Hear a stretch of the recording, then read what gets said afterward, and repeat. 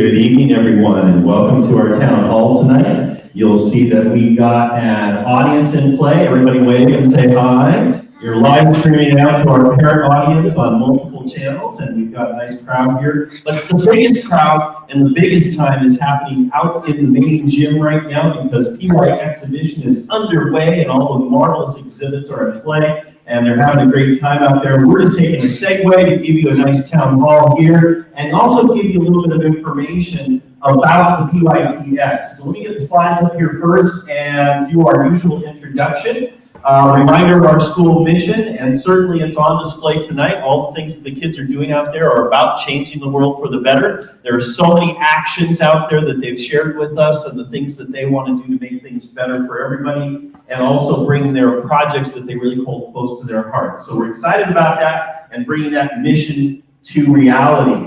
Our affirming, safe, and welcoming and our inclusive approach here at ASW, we put this at the beginning of every meeting to remind ourselves of the kind of environment that we want to create here at ASW, and we just want to make sure we put that on every time we get together.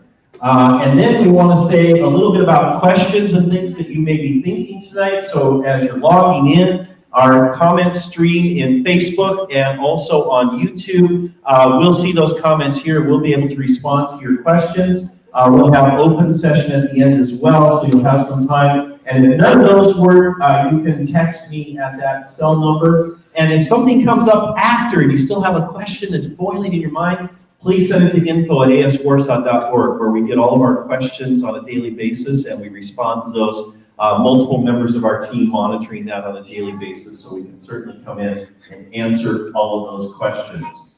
All right, so the big topic tonight, and the way we like to end the year with our last town hall is PYPx.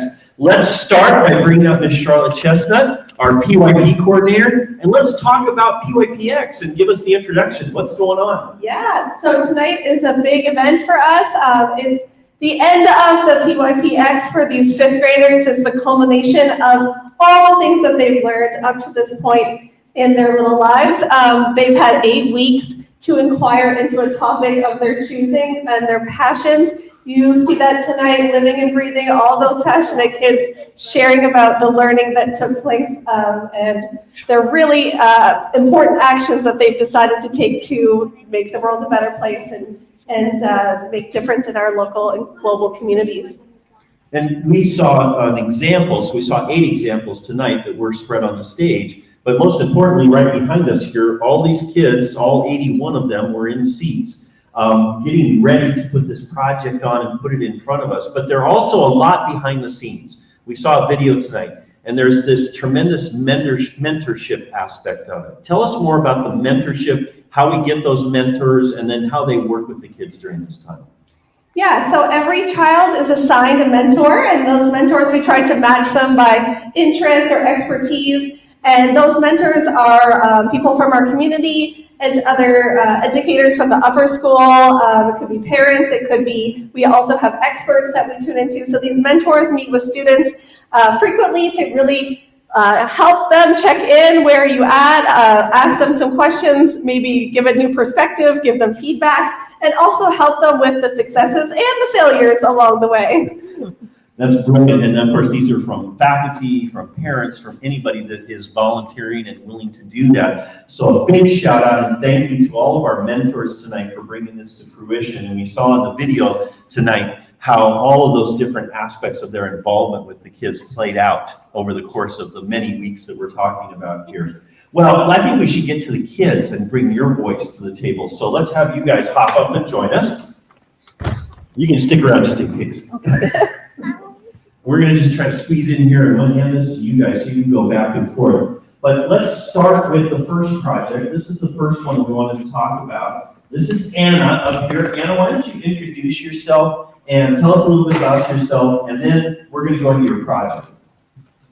Hi, I'm Anna, and I'm a fifth grader, and I really like interior design, which is actually my project. And Anna, tell us a little bit about how you got started. What is it that inspired you to move down this pathway? What brought this as close to your heart in your heart diagram? Because I'm moving to middle school soon, and I wanted to design a space that I can enjoy being in and that I like And you think that's because you have to use that space for what? for studying. Ah, so this is about enhancing your ability to focus and study and do things like that. Mhm. Okay, well, let's take a look at your pictures here and tell us a little bit about what we're seeing on the screen here. So there's a photo of my room before, and there's also an interview that I'm doing with a student called Riley about interior design on my other mentor crew. And there's also a picture of my mood board where I use to capture my ideas and furniture that I like. And how did you connect with Riley? How did you find out about him? My mentor, Ms. Shaw, she organized this meeting so we can learn about interior design and the use of interior design.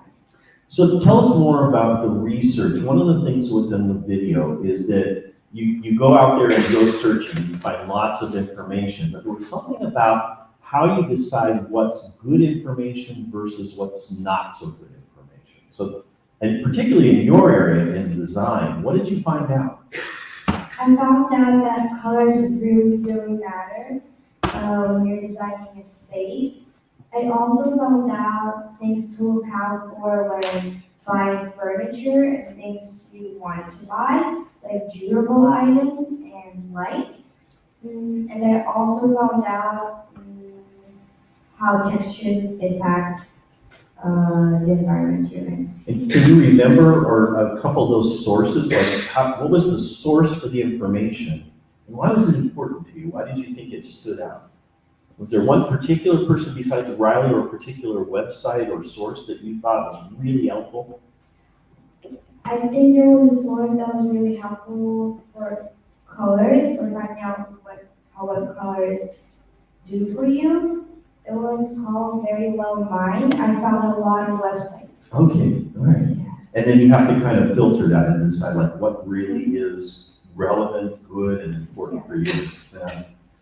And so the end result then, tell us about that. So there's one more photo of my room before and left, and the two on the right are my room action. So the action has taken place and you're living in it. Yeah. So tell us about that. My action is redesigning my room, and I learned how to manage space. Like I turned my bed sideways so I can have more space. I also moved my desk, and I put a lot of accessories. And how does it feel? It feels very calm and nice to stay in the room. It feels great. I feel the comfort when I stay in it. And do you see yourself continuing to work in this area in the future? I mean, Yes. Is this an area that's a real interest to you? Where are you going to work next? What's the next room? I see myself a lot working in this room always. But what's the next room you're going to redecorate or rethink about or redesign? My parents' bedroom. There you go. I like aspirations like that. I know they're giggling at that. Hey, it looks good to me. I think she's got a shot here, right? What else can you tell us about exhibition? What's your number one most important takeaway from the process, not the product?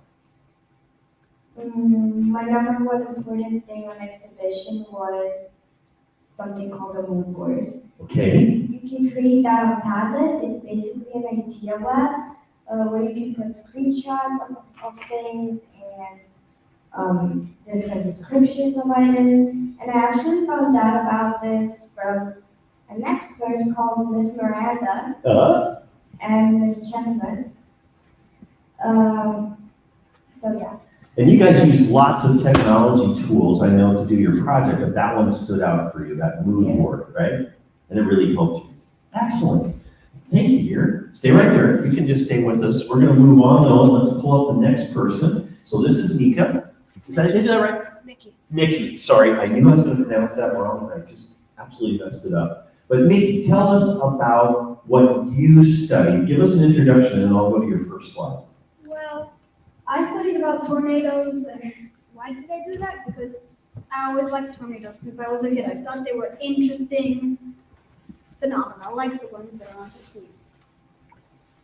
I've never seen one in my life, which I'm still looking forward to see one because I'm really excited for that one. And I went into tornadoes because I want to learn what is like the best way to avoid injury or how to be like more safe from tornadoes. Okay, so there's a safety element to this and understanding, because tornadoes are dreadfully damaging, right? And so you're actually also looking at it through the lens of how do we find out how to be safe around tornadoes? Well, because you really can't stop a tornado. It's just Right. it doesn't seem possible. It's air. You can't stop air. Air is everywhere. So what did you learn? What did you find out about the danger and how to protect yourself? Well, I found out that sturdy desks and mattresses, if you put them on you, they're good for protecting from flying debris, which is quite a common cause of deaths. And if your house is well built, like extra securing to the roof, or make sure your house has a very strong foundation, the roof walls are attached to it well, actually makes your house like stronger from a tornado. So that a weaker tornado, because if your house is weaker built, a weaker tornado can destroy it. While stronger houses only get completely destroyed by, let's say, strong tornadoes in the high, like EF3, EF4, EF5 ranges. So you must have been following the news this last week where there's a lot of really devastating tornadoes that have been ripping through the middle of the United States. Yeah. So what have you added any new information from that, or are you just watching to see what happens? Well, some information is that the first violent tornado to happen in this year was on April 27th, so not such a long time ago. An EF4 tornado ripped through the town of Marietta, Oklahoma. Wow. It killed only one person by miracle. Yeah. And, EF4 tornadoes cause very devastating damage. They can almost completely blow away a house from its foundation. And also that at least like 5 or 6 other people have died from other tornadoes, EF3, EF2. Wow. And there was also the tornado in Alaska, which is very rare. That was interesting. Tell us more about that. That doesn't happen very often. Well, I didn't find much information about it, but all I know is that was one of the 5 tornadoes in Alaska that was recorded. This was the first one since 2005, so it's been quite a long time. So just like your classmate here, tell us a little bit about who your mentors were and how they helped you through this process. Well, my mentor was Mr. Brenson, and how he did help me was he found a tornado survivor, a friend of his brother, and Doug, the tornado survivor, he survived many tornadoes in the range of 30 miles, but a few were very close to him, only 5 miles away or so. And both of these tornadoes were rated EF2, which means they are significant and can cause very bad damage. And so you were able to interview him. Yes. And what did you learn from the interview? Well, I learned that for a tornado for somebody living like in Tornado Alley, like Oklahoma, Texas, that kind of places, a first-time tornado, you really don't really know what to do. All you get is like in a tornado shelter, one of the tornado shelters nearby. And well, first time Doug told me that he just went into someone's tornado shelter with them, and he said there were 9 people inside that counting him. Wow. And also 2 dogs inside that small shelter. And the second time he had his phone prepared. Wow. I also learned that if you want to be a tornado alley, you really gotta have preparation for all the things that are happening. And I'm assuming that preparation is not just the shelter, but also you may need food and water and things like that, because after a tornado goes through, things might be a little dicey for a while. Yeah. What parts of the process, again, similar to your classmate, that really resonated with you? So like, what part of the process helped you the most in doing your exhibition? Well, one of the more important parts of my process were where I had like a few interviews and trips very close to each other. I went to the European Severe Storm Laboratory that day. Oh wow, so you did a field trip then too? Yeah, all the way to Auschwitz, all the way for PYPx. Wow. Wow, that's crazy. You went to Austria and visited that. What'd you find out? Well, I found out that tornadoes in Europe are almost as common as in America. There's about 800 each year, 300 of which, about 300 or 400 that are like ground tornadoes, Yeah. and many more over water, which are also common in New York State. Wow. I also found out that a lot of things about storms. I even got to know that they're probably going to be launching a new meteorology satellite system by 2005. So tell us about these pictures. Oh, that was in Chile. And this was in Chile. Where this was kind of like a holiday, kind of a little bit. Yes, because Right. dust devils are smaller vortexes on the ground that are similar to tornadoes, but they have no connection to storms or clouds whatsoever. So they just pop up. Yeah, they just pop up when the ground is warm, and usually on the boundaries of warm and cold areas. Like if you see in the first bigger photo, you can see that this one's over water because when there's like a difference in temperature, they can form the rotating updraft, and when the winds are strong, because this is actually very high up, like 4,000 meters up, Yeah. it's actually very easy for a dust devil to form. Most of them are just brief that last for a few seconds, you can barely even notice them, but some of them, like the one on the second photo, are very large, and well, they don't usually cause any devastation, but on rare accidents happen, like usually when they're parachuters or paragliders. They get caught up in it. Yep, and spin around because they can reach even like a few kilometers up. That's how high they can reach. And once they even knocked down the building. But that was when it was really intense, rare. So every place in the world, literally, even Alaska, you learned a lot about air currents and wind speeds and temperatures that influence this as well. Are you a predictor now? Not really. I can't really forecast where tornadoes are happening because I don't know about all the parameters. I know there's something called CAPE, which I think is for like the energy that can produce storms. And well, I tried once in school to make a forecast, but it's hard to make a forecast. Like if you look at a like radar map, you can see where the precipitation is and where wind speeds are, and you can forecast like, oh, this place is gonna rain. Mm-hmm. See how the storms are moving. Well, I tried that, and most of them were not accurate, and only one was correct, but the rest were incorrect, and one was a little too early. Yeah.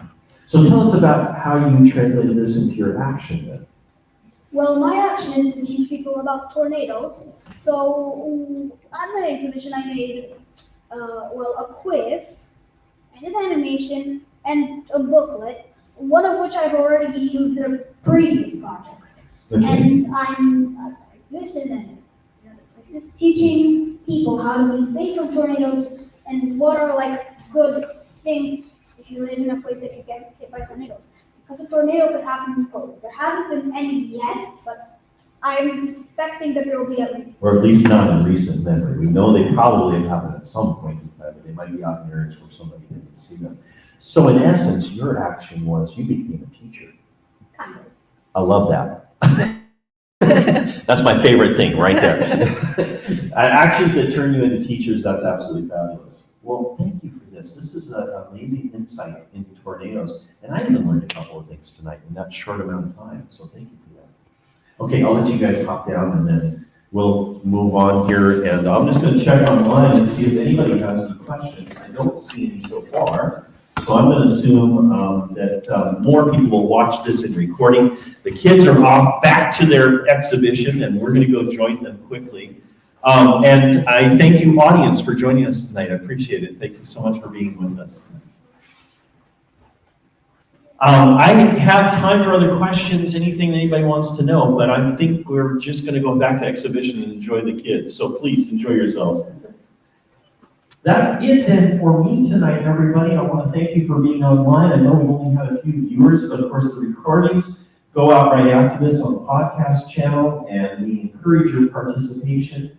Again, we've got lots of other opportunities here at school, coffee and otherwise, that we'll be able to sit down with you and ask and answer questions. One of those is coming up this Friday, right after the PTO meeting. We'll do the building and facilities update with everybody in the room, and we'll share those slides out on Monday in the weekly bulletin. I want to thank you for being with us tonight, and like you, I'm excited to get back out to the kids and see their exhibits. So thank you so much for joining us tonight. Have a pleasant evening. That's our last town hall for the year this year. I would appreciate your feedback on town halls as I begin to think about scheduling next year. So please go to the rolling feedback on every weekly on Monday. There's a link at the bottom. And focus your feedback on town halls. Are they helpful? What are the things you'd like to see in town hall? What should I be thinking about for next year as we get our planning in gear for next year's calendar and for the events that we will hold? We're just very excited about some of the things that are finishing up here. We're going to be getting parent survey out pretty soon. It'll have questions in there as well, but please participate and share with us your insight and your feelings on these things so that we can best serve you here at ASW and provide you and your kids with the best experience possible. Thank you again for joining us tonight. Have a wonderful